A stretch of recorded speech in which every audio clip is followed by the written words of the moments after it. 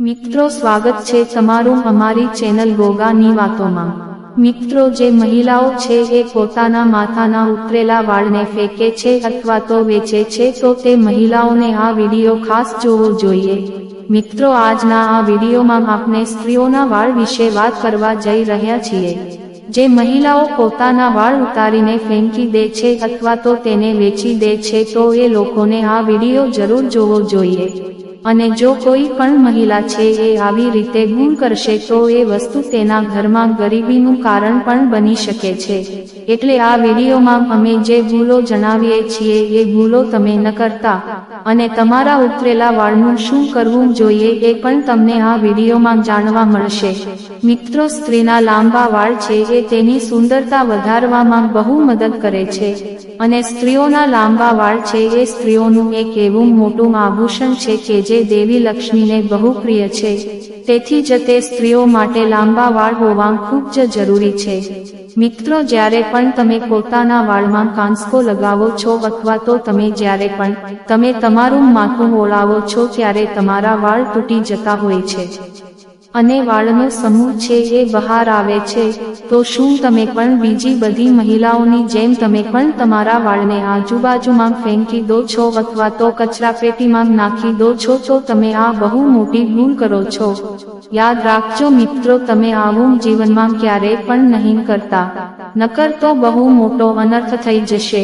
જો તમે પણ આવી ભૂલ કરો છો તો તમારે પણ મિત્રો સાવધાન થઈ જવું જોઈએ। તો એવી કઈ ભૂલ છે કે જેને તમારે ન કરવી જોઈએ અને તમારા વાળનું તમારે શું કરવું જોઈએ જેને કારણે તમે પોતાના ઘરમાં સકારાત્મક ઉર્જાને લાવી શકશો। મિત્રો જો તમે પણ આ વિડીયોમાં જણાવેલી ભૂલો કરતા હશો તો તમારા જીવનમાં બહુ મોટી મુશ્કેલી આવી શકે છે, તે માટે તમારે સાવધાન થઈ જવું જોઈએ। જો મિત્રો તમે હંમેશા બીમાર રહો છો અથવા તો તમારી તબિયત સારી નથી રહેતી અને તમને રોજ માથું દુખતું રહે છે તો આનો અર્થ એ જ થાય છે કે તમે તમારા વાળને ઓળાવીને પછી એના સમૂહને સરખી રીતે તેના નિયમ અનુસાર તેને નાખતા નહીં હો। તમે એમ જ તેને કચરાપેટીમાં જો નાખો છો તો તમે બહુ મોટી ભૂલ કરો છો।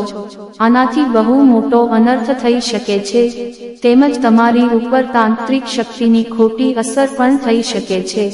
અને જો તમને વાતમાં ગુસ્સો આવતો હોય અને દિવસ રાત તમે હંમેશા ગુસ્સામાં જ રહેતા હો અથવા તો તમને પેટને લગતી બીમારી છે તો એની પાછળનું કારણ તમારા વાળનો સમૂહ પણ હોઈ શકે છે। મિત્રો આપણા જ્યોતિષશાસ્ત્રમાં પણ આના વિશે ઘણી બધી વાતો કહેલી છે, એ માટે તેની માહિતી મેળવી એ બહુ જરૂરી છે। મિત્રો થોડીક શારીરિક સમસ્યાઓ પણ આની સાથે સાથે તમારા જીવનમાં આવી શકે છે, જેમ કે તે આપણા જીવનમાં ધન આગમનના સ્ત્રોતોને પણ ઘટાડી શકે છે। આર્થિક મુશ્કેલીઓ પણ તે આપણા જીવનમાં ઊભી કરી શકે છે। તે માટે તમારે ભૂલથી પણ તમારા વાળને આવી રીતે ન ફેંકવા જોઈએ। મિત્રો જે મહિલાઓ પોતાના તૂટેલા વાળને ફેંકી દે છે તેમના જીવનમાં મુશ્કેલીઓ અનિવાર્ય રહે છે અને આવી મહિલાઓ હંમેશા નકારાત્મક શક્તિઓથી ઘેરાયેલી જ રહે છે। પરંતુ જો તેઓ આવી નાની નાની ભૂલ કરે છે તો તેની પાસે નકારાત્મકતા રહે છે। આટલા માટે તમારે આ વિડીયોની માહિતી મેળવવી એ બહુ જરૂરી છે। આથી આ વિડીયોને મિત્રો અંત સુધી જોતા રહેજો।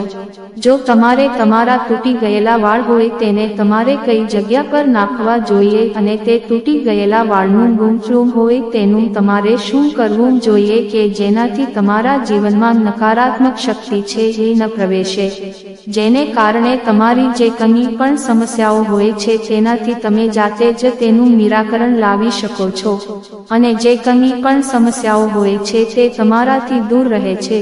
અને જો તમારા જીવનમાં પૈસા સંબંધિત સમસ્યાઓ પણ હોય તો તેને આ રીતે પણ દૂર કરી શકો છો અને તમારા જીવનમાં દેવી દેવતાઓના આશીર્વાદ મેળવી શકો છો અને ખાસ કરીને માતા લક્ષ્મીના પણ આશીર્વાદ તમે મેળવી શકો છો।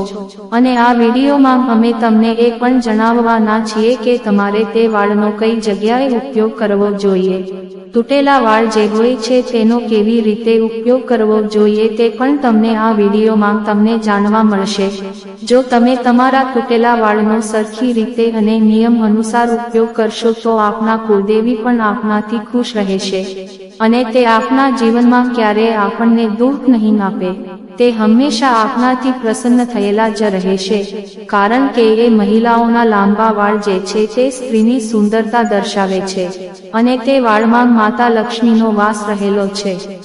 આથી જો આપણે વાળને કાપીને ફેંકી દઈએ છીએ તો આપણે તેનું અપમાન કરીએ છીએ તેવું પણ માનવામાં આવે છે. આથી સ્ત્રીઓના વાળ છે એ હંમેશા લાંબા જ હોવા જોઈએ, અને આપણે જ્યારે તેને સવારે કાંસકાથી ઓળાવીએ છીએ તો તેની જે ગૂંચ હોય છે એને આપણે બહાર ફેંકી દેવી ન જોઈએ, અને જો આપણે તેનો સરખી રીતે ઉપયોગ કરીએ છીએ તો માતાજી છે એ હંમેશા આપનાથી પ્રસન્ન રહે છે.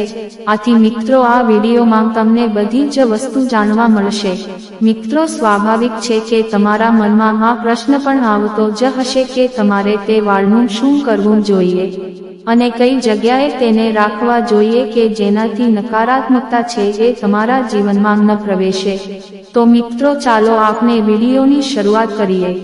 મિત્રો, જો તમે વાળનું દાન કરવા માંગતા હો તો તેનાથી શું શું પરિણામો મળે છે, અથવા તો સારા પરિણામો મળે છે કે અશુભ પરિણામ મળે છે, તેમજ શું તેના લીધે તમારા જીવનમાં સકારાત્મક આવે છે કે નકારાત્મકતા આવે છે, એ બધી જ વસ્તુ આપણે આજના વિડીયોમાં જાણીશું.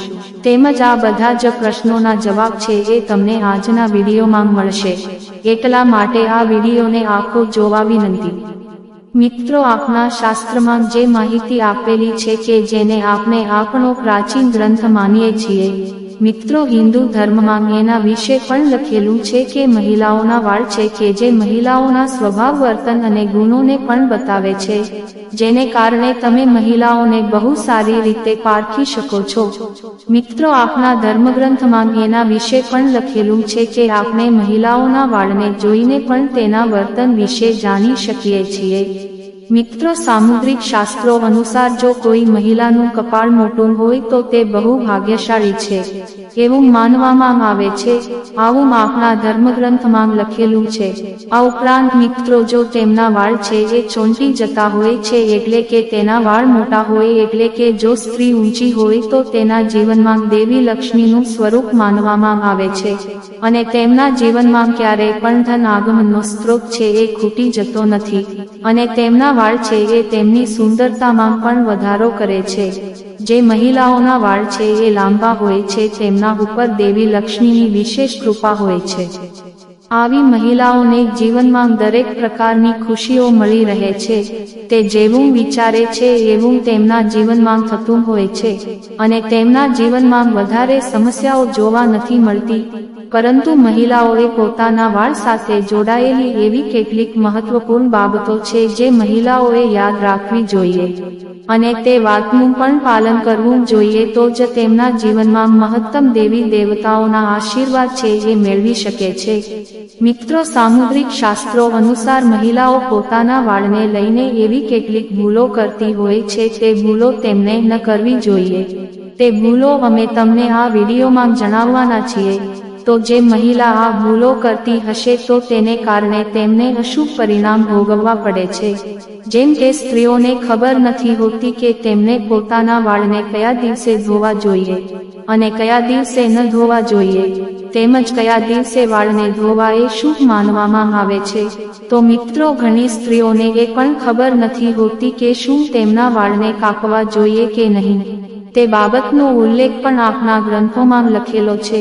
મહિલાઓ ક્યારેય પણ તે જાણતી નથી અને તે નિયમનું પાલન નથી કરતી, આથી તેને અશુભ પરિણામ ભોગવવા પડે છે, અને તેઓ એવું માનતા હોય છે કે શા માટે અમારા જીવનમાં જ આવું થતું હોય છે.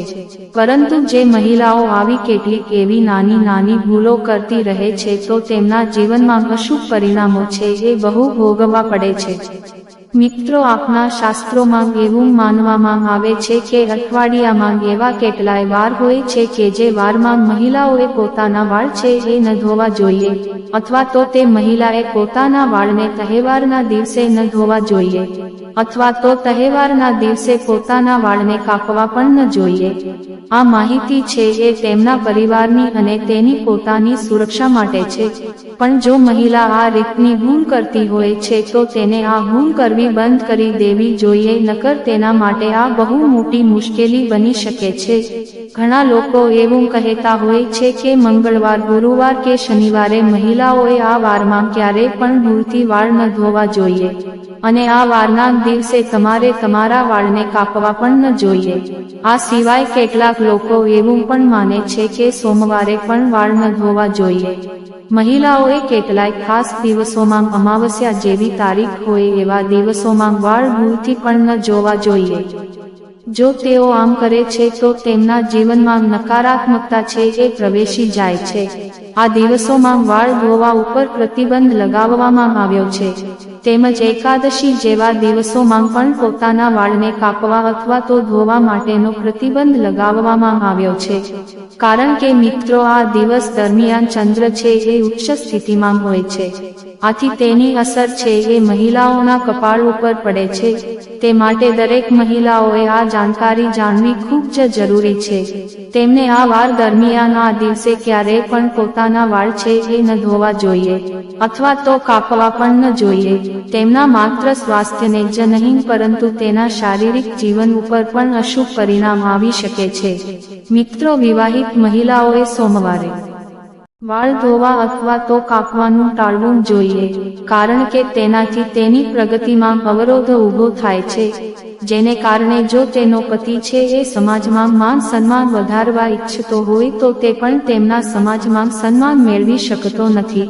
જો કોઈ મહિલા વિવાહિત છે અને તે સોમવારે વાળ ધોવે છે તો તેના પતિને બહુ બધી મુશ્કેલી વેઠવી પડે છે। આ વસ્તુ બહુ અશુભ માનવામાં આવે છે અને તેના પતિની પ્રગતિ પણ અટકી જાય છે, જેના કારણે તેના પતિને પોતાની ઈચ્છિત સફળતા છે એ મળી શકતી નથી। વિવાહિત મહિલા છે એ મંગળવારના દિવસે વાળ ધોવે છે તો એની કુંડળીમાં મંગળ ગ્રહ છે એ નબળો પડતો જાય છે, જેમને કારણે તેમને મંગળ સંબંધિત સમસ્યાઓનો પણ સામનો કરવો પડી શકે છે। કારણ કે જો કોઈ વ્યક્તિના જીવનમાં મંગળ ગ્રહ છે એ ખરાબ હશે તો તેમના જીવનમાં ઘણી ખરી મુશ્કેલીઓ આવી શકે છે। તેમના જીવનમાં મુશ્કેલીઓનો ક્યારેય અંત નથી આવતો। તે માટે આવી જાણકારી આપણા માટે જાણવી ખૂબ જ જરૂરી છે અને આ નિયમનું પાલન પણ કરવું જોઈએ। જેમના જીવનમાં મંગળ ગ્રહ મજબૂત હશે તો તેમને સફળતાના દ્વાર સુધી પહોંચાડતા કોઈ રોકી શકતો નથી। તે માટે તમારે મંગળવારના દિવસે ક્યારેય પણ વાળ ન ધોવા જોઈએ, અને આની સાથે તેમના જીવનમાં મુશ્કેલીઓ આવે છે અને ઘરમાં લડાઈ ઝઘડાઓ થતા હોય છે, પરિવારમાં તકરારો ઊભી થતી રહે છે, તેમજ મંગળવારે વાળ કાપવાનું છે એ બહુ હાનિકારક માનવામાં આવે છે। આ સાથે જે મહિલાઓને નાના અથવા તો મોટા ભાઈ હોય છે તેમને મંગળવારે વાળ ધોવાનું ટાળવું જોઈએ, કારણ કે મંગળ ગ્રહને ભાઈ બહેનના સંબંધ સાથે સંબંધિત માનવામાં આવે છે। જો મહિલા છે એ મંગળવારના દિવસે વાળ ધોવે છે તો તેનો નાનો ભાઈ અથવા તો કોઈ મોટો ભાઈ હશે તો તેમના સંબંધમાં તકરારો ઊભી થઈ શકે છે અને મંગળ ગ્રહને સંબંધનો કારક પણ માનવામાં આવે છે। આ માટે આ ભૂલ ન કરવી જોઈએ। મંગળવાર અથવા તો શનિવારે વાળ ધોવે છે તો તેમના ભાઈઓના જીવનમાં મંગળ ગ્રહનો સામનો કરવો પડે છે અને તે સફળતાના માર્ગ સુધી પહોંચી શકતા નથી। તે માટે તેમને આ વાતનું ખાસ કરીને ધ્યાન રાખવું જોઈએ। તે માટે મિત્રો, બુધવારે વાળ ધોવે છે તે શુભ માનવામાં આવે છે, કારણ કે જે મહિલાઓ બુધવારે વાળ ધોવે છે તો તેમના જીવનમાં ધન આગમનના નવા સ્ત્રોતો છે એ ખુલતા જાય છે અને તેમના જીવનમાં સુખ સમૃદ્ધિ અને વેપારમાં પણ વૃદ્ધિ થતી જોવા મળે છે।